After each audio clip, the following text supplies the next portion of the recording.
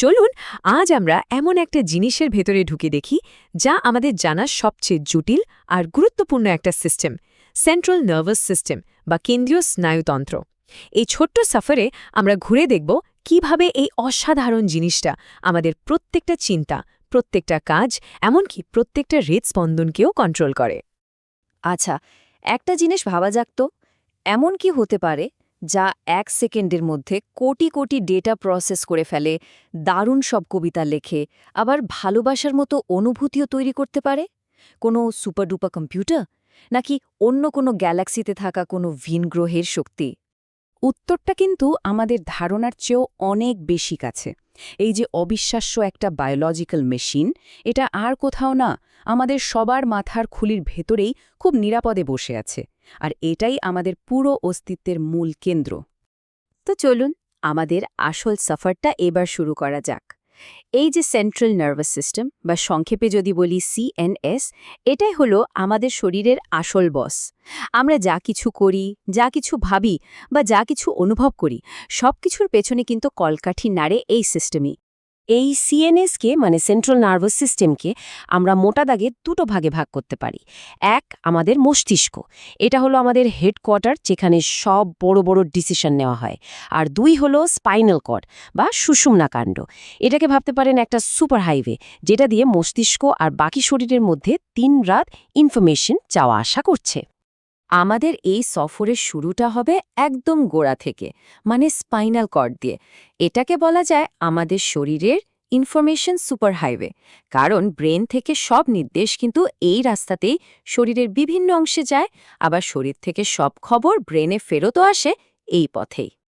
কিন্তু spinal cord কি শুধু খবর দেওয়া নেওয়ার কাজই করে? একদমই না। এর একটা নিজস্ব ক্ষমতাও আছে, যাকে বলে রিফ্লেক্স আর্ক। এটা হলো আমাদের শরীরের নিজস্ব একটা ইমার্জেন্সি সিস্টেম, যেটা আমাদের হঠাৎ বিপদ থেকে বাঁচায়। বিষয়টা বুঝতে এই ছবিটা দেখুন। ধরুন ভুল করে কেউ গরম একটা কাপে হাত দিয়ে ফেলল। কি হবে তখন?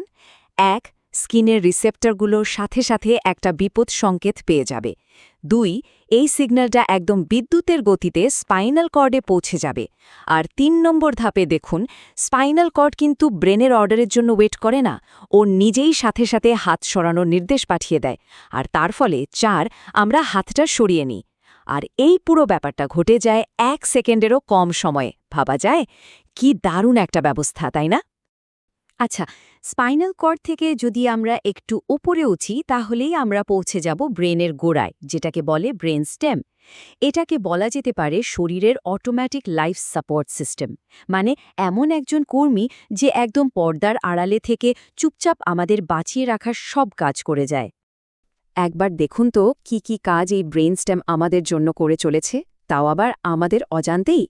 আমাদের নিঃশ্বাস নেওয়া, হার্টবিট, ব্লাড প্রেশার কন্ট্রোল করা, এমনকি ঘুম থেকে জেগে ওঠার মতো বেসিক কাজগুলোও কিন্তু এটাই সামলায়। আর ঠিক এই কারণেই আমরা যখন গভীর ঘুমে থাকি, তখনও কিন্তু আমাদের নিঃশ্বাস নিতে ভুল হয় না। তো আমাদের সফরের পরের স্টপ হলো সেরিবেলাম। এটা ব্রেনের পেছনের দিকে থাকে। একে আমরা বলতে পারি আমাদের শরীরের মাস্টার কোঅর্ডিনেটর। এর প্রধান কাজ হলো আমাদের সব নড়াচড়া আর চলাফেরা যেন একদম স্মুথ আর নিখুঁত হয় সেটা দেখা। সেরেবেলাম ঠিক কী কাজ করে সেটা বুঝতে এই উদাহরণটা খুব মজার। ধরুন হাঁটার সময় কেউ হোঁচট খেয়ে পড়ে গেল, আর অন্যদিকে একজন ব্যালে ডান্সার কি সুন্দরভাবে নিচে চলেছে। এই দুই ঘটনার মধ্যে যে আকাশ পাতাল তফাৎ, সেটার পেছনের আসল কারিগর কিন্তু এই সেরেবেলাম। মানে ব্রেন হয়তো হাঁটার নির্দেশ দেয়, কিন্তু সে হাঁটাটাকে সুন্দর আর নিখুঁত করার দায়িত্বটা নেয় সেরেবেলাম।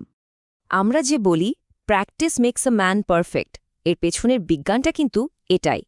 যখন কেউ সাইকেল চালানো, গিটার বাজানো বা টাইপ করা শেখে, তখন আসলে সে তার সেরিবেলামকে ট্রেন্ড করে।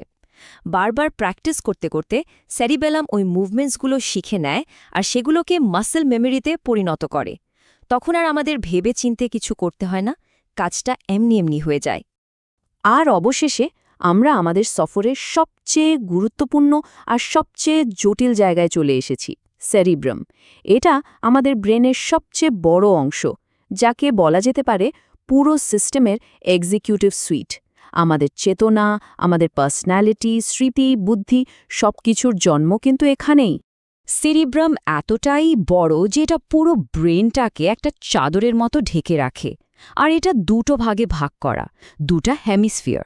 প্রত্যেকটা হেমিস্ফিয়ার আবার 4টে করে আলাদা আলাদা ডিপার্টমেন্টে ভাগ করা, যেগুলোকে বলে লোব, ঠিক যেন একটা বড় কর্পোরেট অফিসের মতো। এই চার্টটা দেখলে ব্যাপারটা আরও পরিষ্কার হবে। যেমন ধরুন ফ্রন্টাল লোব, এটা হলো সিইওর অফিস, যেখান থেকে সব প্ল্যানিং, ডিসিশন মেকিং হয়। আজ কি করা হবে, কিভাবে করা হবে, সব এখানেই ঠিক হয়। তারপর আছে প্যারাইটাল লোব, যেটা স্পর্শ, চাপ, তাপ এসব সামলায়। টেম্পোরাল লোব হলো অডিও আর মেমোরি ডিপার্টমেন্ট, কোনো প্রিয় গান মনে রাখার কাজটা কিন্তু এরই। আর শেষে রইল অক্সিপিটাল লোব, মানে ভিজুয়াল ডিপার্টমেন্ট।